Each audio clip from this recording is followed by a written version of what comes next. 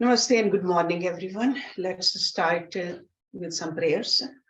Om Parthaye Pratibodhitam Bhagavata Narayan Swayam Vyasena Gratitam Puran Munina Madhye Mahabharatam Advaitam Ritvarshine Bhagavate Mashtadashadhyayane Amutvam Anusandhame Bhagavata Gite Bhavadveshine Namo Astute Vyas Vishal Buddhe Full Arvind Ayat Patram Netar येन्तव्या भारतल पुनः प्रज्वलितो ज्ञानमय प्रदीपः परपानुपारी जाताय तोत्र वेत्र एक पाने ज्ञान मुद्राय कृष्णाय गीता अमृतुहे नमः सर्वोपनिषदो गावो दोगदा गोपाल नंदना पार्थो वत्सा सुधीर भोक्ता दुग्धम गीता अमृतम महत् वसुदेव सुतम देवम कंस चानूरमर्दनम देवकी परमानंदम कृष्णम वंदे जगद्गुरुम भीष्म द्रोण तटा जयद्रथ चला गांधार नीलोत्पला शल्य ग्राहवती कृपेन वाहनी कर्णेन वेला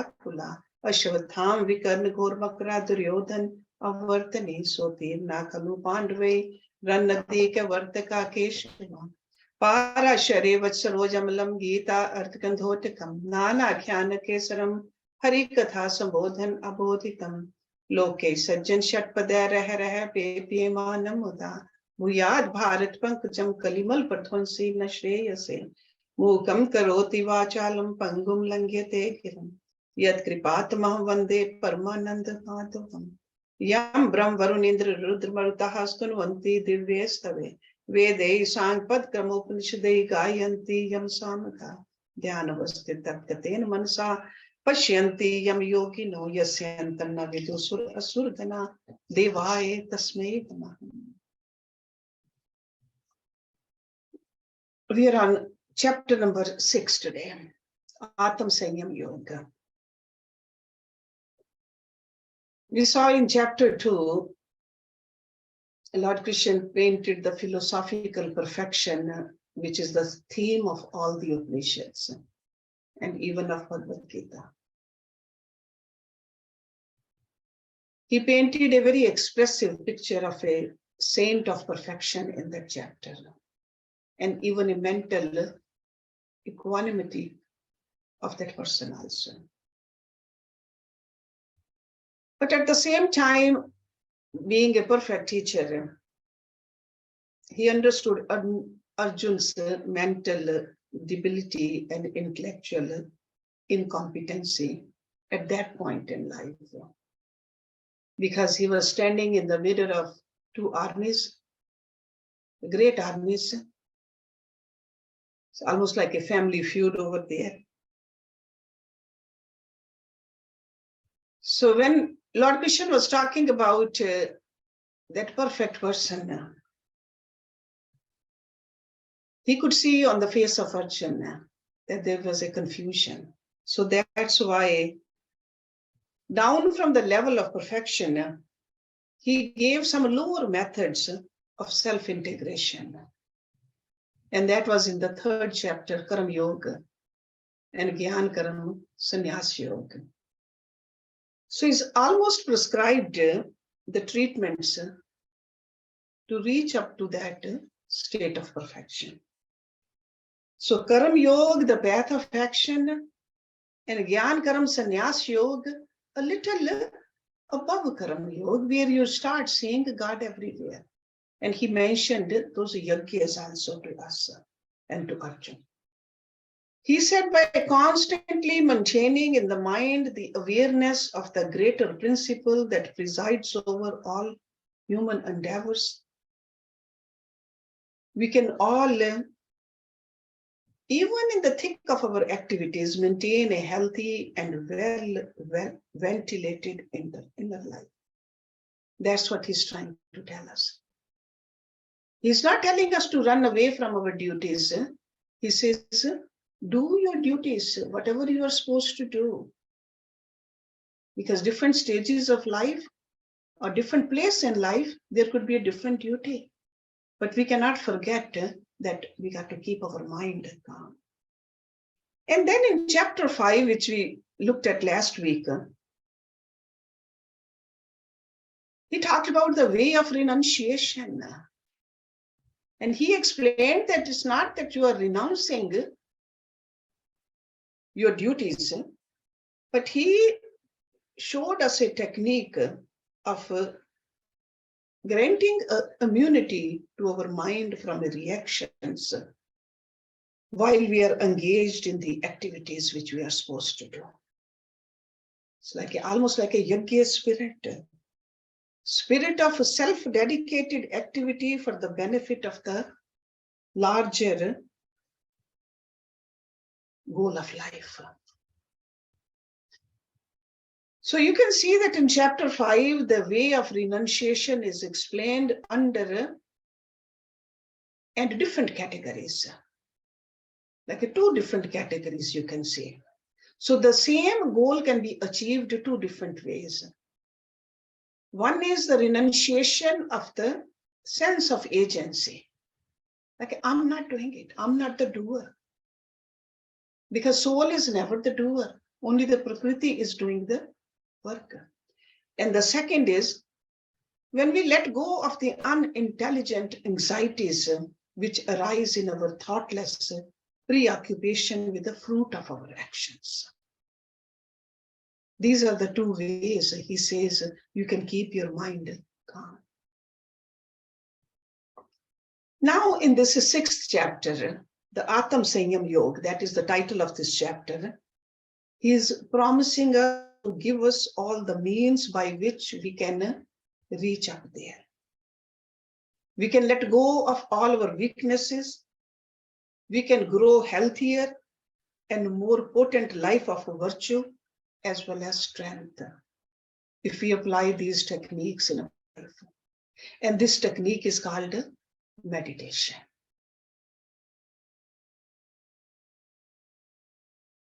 In one form or the other, this has been a common method advocated and advised by all prophets at all times in the history of man. Meditation. He starts out with the very first verse. He says, he who performs his bounden duty without depending upon the fruit of the action, he says, he's a yogi. He's a sannyasi. Sannyasi means a renunciate, bounden duty. Not he who has or who is without fire or without action. Fire means rituals. And action is definitely our duties. So clearly he says we got to do the rituals also. We got to do our duties also. Rituals really means any kind of a prescribed method where we connect with the higher. That's a ritual. True yogi, that means a selfless worker, is himself the greatest sannyasi. That's how he's defining a sannyasi for us. Then he proceeds to show how Karam Yoga is a means to better and greater meditation. Without being a Karam Yogi, you cannot meditate. He says for a Muni or a sage who wishes to attain to yoga, action is said to be the means. And for the same sage who has attained to yoga, that means who has attained the goal, inaction is said to be the means. So inaction means even while doing, not feeling the doership. So 2 means at the 2 distinct stages in life. They are not contradictory. It's almost like when you want to ride a horse, first you run and then you climb on the horse. But once you are on the horse, you are not running anymore. So the same thing with the Karam Yogi and the Karam Sannyasi. Selfless activity is good at a stage, but afterwards it becomes a positive agitation which brings the mind down from its serener lights. When is a person said to be yoga arudha? That means attain to yoga. A rude word is, it's like a climbing on something, climbing on a horse, or climbing on a tree. That is a rude. So when you have climbed on yoga, when a person is not attached to sense objects or to the actions, having renounced all selfish thoughts, he is said to have attained to yoga. So that means the selfishness has gone away. And you are neither attached to the sense objects or to the actions. Then you are a yogi. The mind of a seeker in the meditation seat is so perfectly withdrawn from the external world of sense objects and activities, and also dried up all the sankalpa disturbances. That really means a gurgling of its own inner instincts of willing, wishing, desiring, or even earning. So when you're sitting in a meditation, all of that is gone. The self is the friend of the self. This is verse number 6, one of the famous verses. Self is the friend of the self for him who has conquered himself by the self. But to the unconquered self, this self stands in the position of an enemy, like the external foe, external enemy. So self, sometimes self means the ego. Then self also means the mind. And self, when we write with a capital S, that means the soul. So the lower self, the ego and the mind, has to be conquered by the higher self, the soul. So some of these verses, you got to really dig deeper into it to understand the philosophical message from them. Okay, and this is one of those. And what exactly is the fulfillment of a yoga, a rude person, a person who is a yogi, or who has climbed up to yoga, the position of yoga?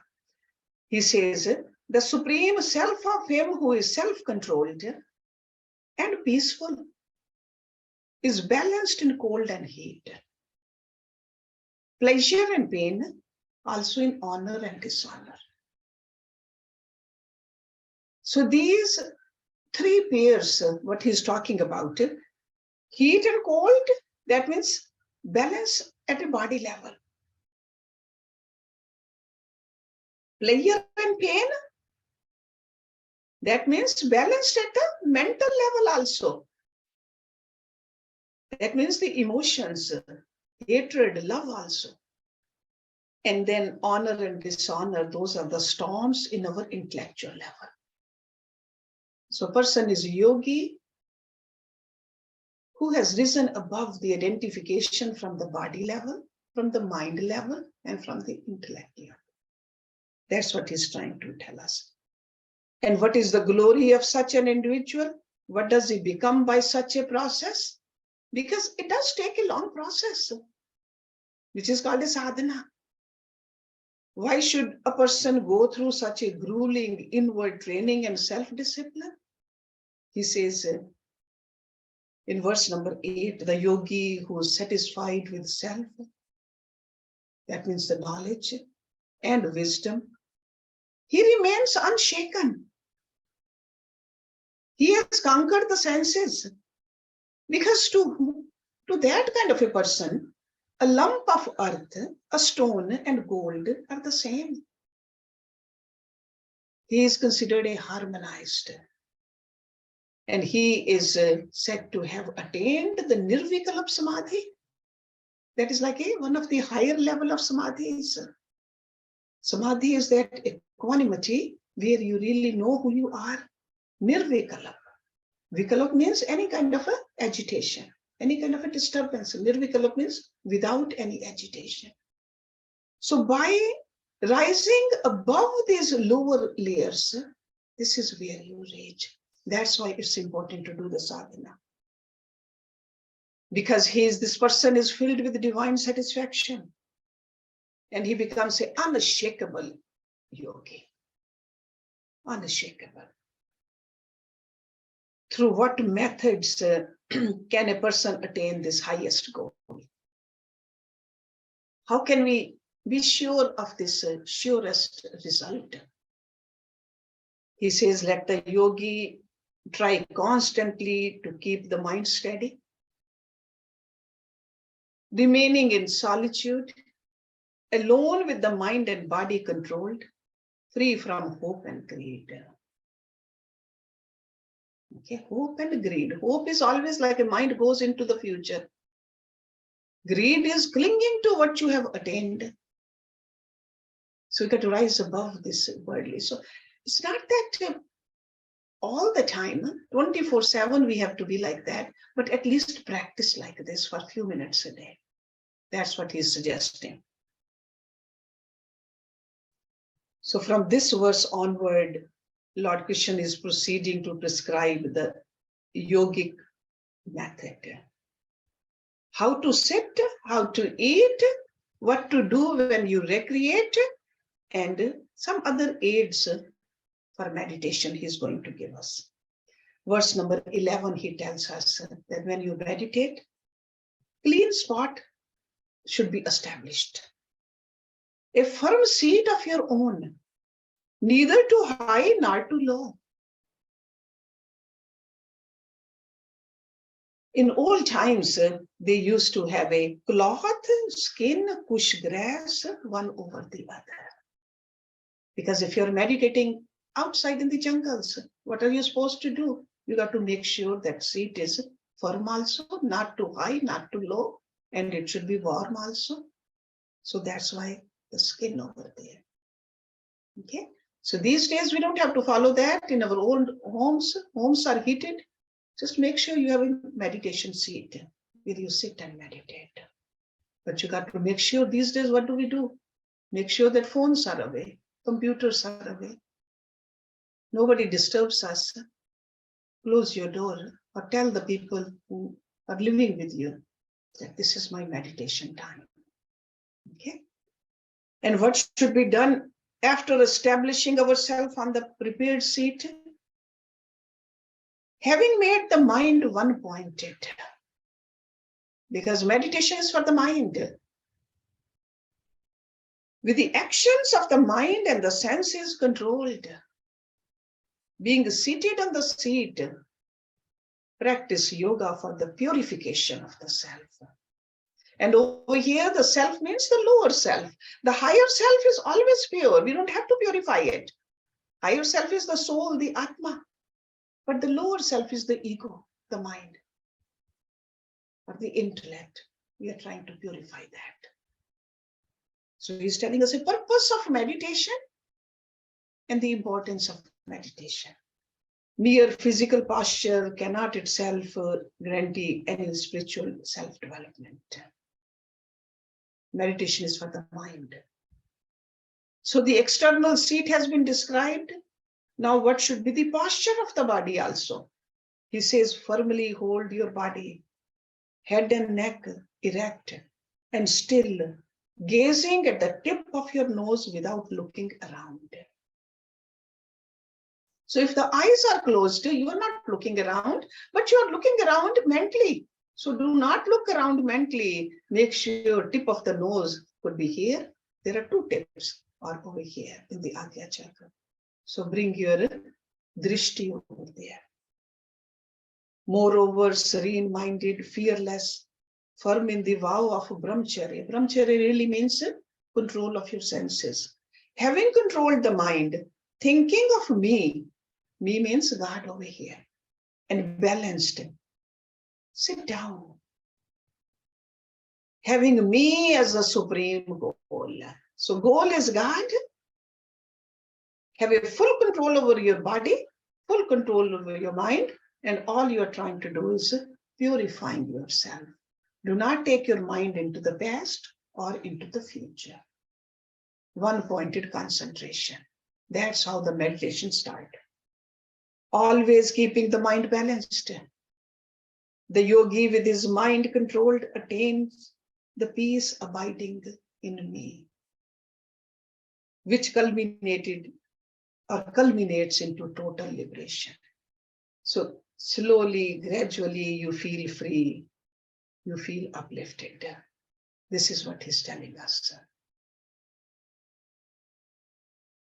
We cannot meditate 24 hours a day. It's not even recommended, because we are supposed to do our duties also. So that's why in the following few verses, he is telling us some regulations as regards to the food, etc. also. He says, yoga is not possible for him who eats too much. Why? Because you'll feel lethargic. You will get sick. Excess of anything is bad. Moderation is recommended. Nor for him who does not eat at all, because we are responsible for this body. We reside in this body, so we have to eat, but moderately. Nor for him who sleeps too much, nor for him who's always awake. So again, these are some of the things we all human beings do. We eat also, we sleep also. So he says moderation. And again, he's giving us some warnings regarding some possible pitfalls on the path of meditation. He says yoga becomes the destroyer of the pain for him who is moderate in eating and recreation, who is moderate in his exertion during his actions, who is moderate in sleep and wakefulness. So, in other words, moderation in indulgences is the prerequisite. We have to see that. Do we just become too lazy, or we just become workaholic? Either one is bad. Moderation. And what does one becomes a saint? A saint means a perfectly steadfast, a yogi. He says when the perfectly controlled mind rests in the self only, free from longing from all objects of desires, then it is said that he is a saint, he is a yogi. This is verse number 18.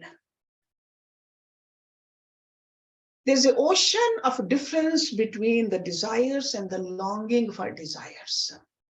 So he used the word longing for desires. Disproportionate amount of our clinging to our desires is the cancer of our mind that brings about all the mortal agonies into our life.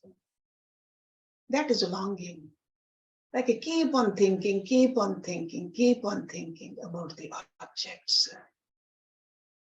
Renounce the yearning for all objects of desires. We don't have to run away from the objects. We have to control the yearning, constant thinking about the objects. Having thus through meditation becomes single-pointed, what would be the stages of progress? Because how do we know? We are meditating every day. How do we really know whether we have progressed or not? And this progress has been described in verses 20 to 23. In 20, he says, when the mind restrained by the practice of yoga attains quietude, and when seeing the self by the self, he is satisfied in his own self. So there's an inner contentment. The lower is seeing the higher. The mind is just seeing the Atma, the self, and fully satisfied in that. No desire for anything else, at least for that period of time. That means your meditation, you are meditating for half an hour, it seems like it is gone in a few seconds. That means you are satisfied. That means there's a progress. Next verse he says, when the yogi feels that infinite bliss, which can be grasped by the pure intellect, which transcends the senses, wherein established he never moves from the reality. So that means that intellect, the higher, see, intellect is higher than the mind. So mind is feeling satisfied, then intellect is feeling satisfied too. It doesn't waver. No doubt comes in there. That means you are progressing. And having obtained that, he thinks there's no other superior to it. Because normally in the world, we think that, yeah, I got this car. Maybe there's a better car. I went for vacation here. Maybe there's another place. I got this degree. Maybe I need to have another degree. But there's nothing higher than divinity. Once we feel that, we know that. So that's why he says in verse number 22, which having obtained, he thinks there's no other superior to it. There's no other bigger God. And established in that, he's not moved even by heavy sorrow. That means in the worldly level, it could be at the physical level, it could be at a relationship level. There could be a fall. But mind knows that all this is changeable. We live in a changeable world. Constantly it's changing. But the real me, the essence of me, is permanent, eternal. So that's why he says, even by heavy sorrow, a person is not disturbed.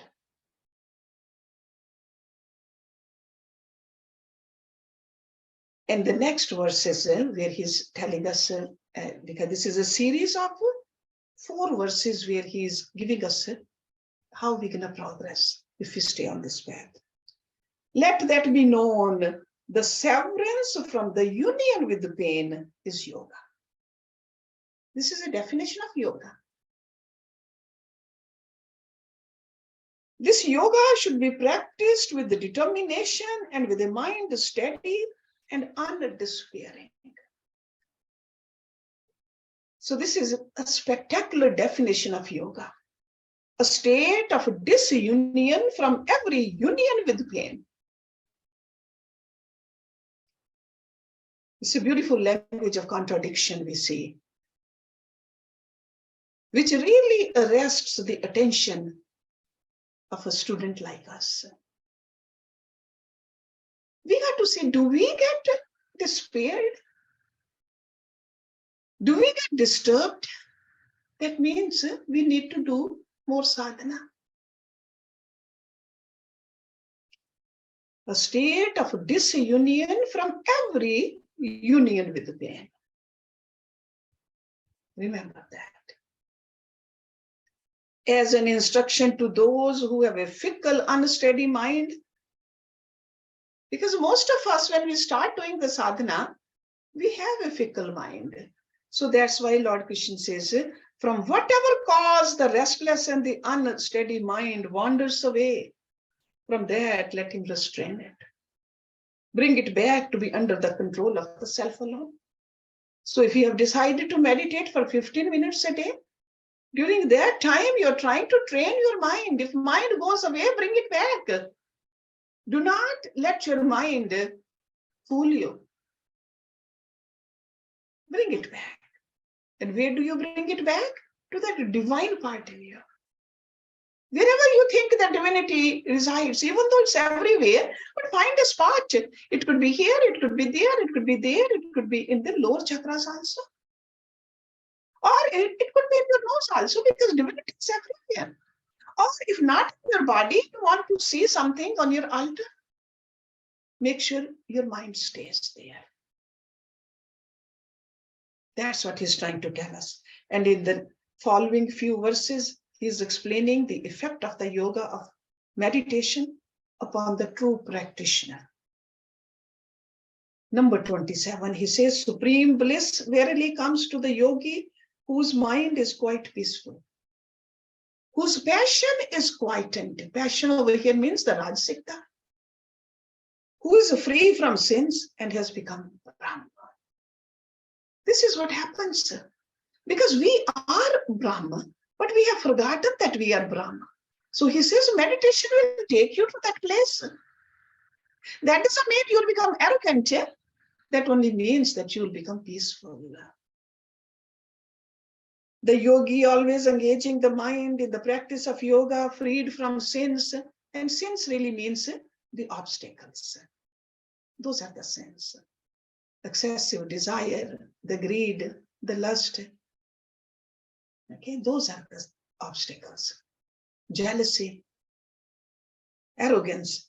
So easily enjoys the infinite bliss of Brahma contact. That means you feel the contact, you feel the presence of God with you all the time. This is the effect of meditation. With the mind harmonized by yoga, he sees the self abiding in all beings. It's not just God only in me, God in everywhere, everybody. And all beings in the self. He sees the same everywhere. So even in this, things look different. But essence is the same, the yogi will sees that. The same Atma in a dog, same Atma in a cat, same Atma in a tree also. And let alone the human beings. Now, in the next verse, he is describing the effect of this perception of unity of the self. He says, he who sees me everywhere. This is verse number 30. He who sees me everywhere and sees everything in me, he never gets separated from me. And then, a beautiful punch, nor do I get separated from him. So this is kind of a relationship with the ultimate. So this yoga of right knowledge, described so beautifully by Lord Krishna.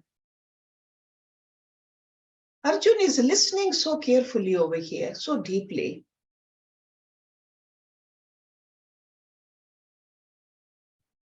Question comes to his mind, because it does seem very difficult. This kind of a bliss, this kind of a oneness with God, Arjuna is questioning. So what does he say? This yoga of equanimity taught by you, I see not its enduring continuity because of the restlessness of the mind. And that is true. Arjuna is speaking for all of us. This mind is restless. We can see that even in our daily duties, daily actions, we see the restlessness of the mind. He says, I do not see its enduring continuity. So maybe I can control it for a few seconds here and there, but not for long. Then he wants to make himself more clear. He adds a following verse also, which really takes the edge of the spearhead of his logic of the previous verse. He says, the mind verily, O Krishna, is restless, turbulent, strong, and unyielding. The Sanskrit words, if you know, they are very beautiful. Chanchalam hi mana Krishna pramati balvad dridam. It is so strong. I deem it quite as difficult to control as the wind. He gives a little analogy here, just like wind we cannot control. No matter how much technology we have, we see that. Tornadoes and the hurricanes, can we control it? No. There is an ocean of difference between a modern person condemning the sacred scriptures and a true seeker questioning the same philosophy. Because Arjuna wants to understand it. He's not criticizing. With this analogy and with these words, he just wants to ask that I do not see, how can I do it? Please explain it to me. Accepting the argument of Arjuna, Lord Krishna answers to prove that there's a method. by which the invincible mind can be brought under control. He starts out in verse number 35. This is another very famous verse of Bhagavad Gita. He says, "O Sansham, undoubtedly, O mighty armed, the mind is difficult to control." He says, "I agree with you, and I know it's restless also, but," there's a very important but in there. He says, "by practice, O son of Kunti, and by discretion, it is restrained." So he is giving him 2 ways you can control your strong, restless, unyielding mind. By abhyas and vairagya, by practice and by discretion. Renunciation we have already talked about in the previous chapters, which was defined as all clinging attachment to the objects of the world. We got to renounce from. Or the lingering expectations of the fruits of the actions. Okay, that is vairagya. And abhyas is a constant repetition of the same idea regarding one and the same object of the thought. So abhyas, or the practice, strengthens the renunciation. Abhyas means moving towards the positive, telling your mind to just keep on thinking about the divinity. And detachment deepens the meditation. So they help each other.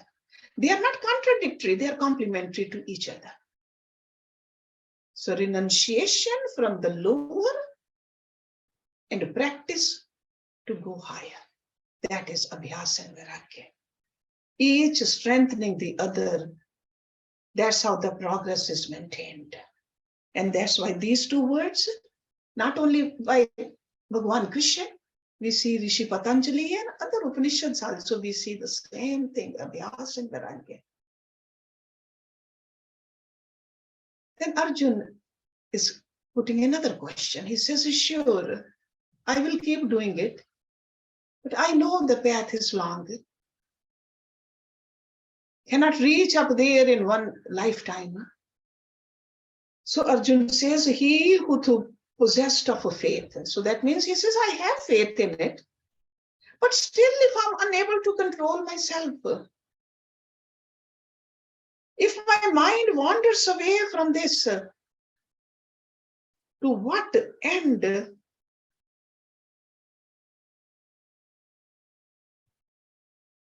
Having failed to attain perfection in yoga, where will I go? What will happen to me? He says, "Fallen from both, does he not, O mighty armed, perish like a weak cloud, supportless and deluded on the path of Brahm?" Both means that I am practicing, I'm detaching from this worldly pleasures, and I haven't attained the divine bliss either. I'll lose both. Because sooner or later, body will get old or weak. I will leave this earth. Lord Krishna says, "O Partha," and you all know Partha is another name used for Arjuna. "Neither in this world nor in the next world is there destruction for him. None verily who strives to do good, O my son, ever comes to grief." In other words, the present is the product of the past. And thought by thought, action by action, knowledge by knowledge, we ourselves are creating the blueprints of our future. He'll tell us very clearly, wherever you live, that's where you'll start in the next life.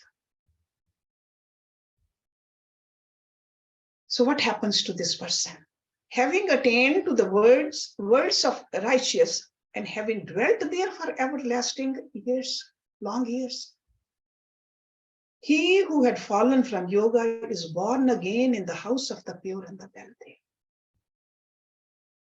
Okay, so according to this philosophy, the Vedic philosophy, Gita philosophy, life is not just a few decades. It's long, several, countless lifetimes. So he says, because of your good deeds, you will go to the good places. It could be heaven and it could be beyond heaven also. But then you'll come back as a human being and you'll be born in a pure and wealthy home. So all good activities under two main headings: actions performed with desires, and those are performed in a spirit of dedicated love and worship. That's how we do act. But what happens to those who are pursuing the good in a spirit of selfless dedication? Because previous verse was, yeah, you did good because of certain desires. So you went there into the heavenly abode, then you came back. But if you were already on the path of yoga, what happens to you? He says you'll be born in a family of the wise yogis. Verily, a birth like this is very difficult to obtain in this world. So if you are already a Karam yogi and you are doing the meditation also, you are on the path of evolvement, but somehow you could not reach the ultimate liberation, you will come back into the family of yogis. So continuity of the past is clearly noticeable. So those who are pursuing selfless upasana, they gain more and more their inner integration and become dynamic minds capable of highest meditation. So in other words, the more integrated a personality is, the more spiritual he becomes. And after reaching such conducive and helpful environments, will the fallen yogi of the last life continue his spiritual life? That's what he answers in 43. He says he comes to be united with the knowledge acquired in his former body. So that means whatever he did, he will recognize it. It will come to him from the inner grooves of his own Chitta. And then what will he do? He will strive more than before for perfection. He says, last time I could not reach there, this time I want to just do a better sadhana. So in a very short time, he discovers that all knowledge is bubbling up from within himself. He will rediscover all that knowledge, because it was a digested knowledge, but it was dormant in him. But he will feel that gurgling up. Now, in the last few verses, Lord Krishna is telling us the path of meditation is so much nobler than other paths. He says the yogi who strives, he will get purified from all the obstacles. Gradually, he is perfecting himself through many births, then attains the highest. So that means each birth, a yogi is moving up and up and up. The yogi is thought to be superior to the ascetics, even superior to the men of knowledge. Men of knowledge means a person who just only study the scriptures. He is also superior to men of action. That means a person who wants to do only the seva. Therefore, he says, strive to be a yogi, O Arjuna. And yogi over here really means united with God. And the method he gave us, the meditation. So Lord Krishna is concluding that a silent and quiet meditator who struggles hard to withdraw himself from his own lower or the false identification or the temporary identifications, body, mind, intellect, ego, with his through constant and consistent contemplation upon the nature of the self, is ever the best. So that means he's giving us this technique that non-identify while you are living in it. Just like we don't identify ourselves with the house we live in. So do not identify yourself with the body you live in. Take care of the body, but you are not the body. Clean your mind, but you are not the mind. Sharpen your intellect, but you are not the intellect. Purify your ego also. Always remember who you are. So there are different types of meditation. We all meditate upon a different point of contemplation. Whatever works for us, do that. But he says, among all those meditators, who is the best? Who is the greatest meditator? In the last verse, he says, among all those yogis, he who full of faith, with his inner self merged in me, worships me, he is according to me the most devout. So that means ultimately we got to learn to meditate. See, we learn how to relax, but ultimately we got to dissolve our self into that higher self. He says that is the best. Nowhere else in the entire extent of spiritual literature. You can look at, sure, we study Upanishads also. We have studied Brahma Sutras also. There's a wealth of knowledge in all those scriptures. But I find, I would personally say that the technique of meditation, possible pitfalls of meditation or a meditator, and how to avoid them successfully, so clearly explained in this chapter. Nowhere else we find at one place like that.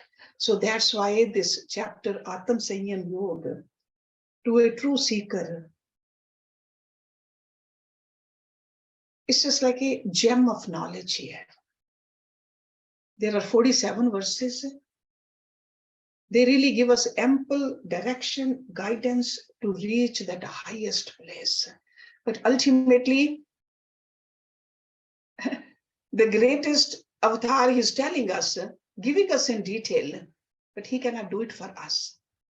No guru can do it for us. No avatar can do it for us. They can give us the directions only, the guidance only. So we have to do it. So I would really strongly urge to you that go back to this chapter and start meditating at least. Even if you want to start with a 5, 10 minutes, 15 minutes a day, have a place in your own house. Whether it's a full room or just a little corner. That's why he said that your own seat, same place, same time. Just sit and meditate. Try to disidentify with the lower and absorb your soul into that absolute truth. You can call it God or you can call it anything else. Doesn't matter. Names are given by us. The essence is the same. Let's end it here. Om Purnamada Purnamidam Purnat Purnamudachyate Purnasya Purnamadaya Purnam Eva Visheshyate. Om Shanti Shanti Shanti Om. Thank you very much.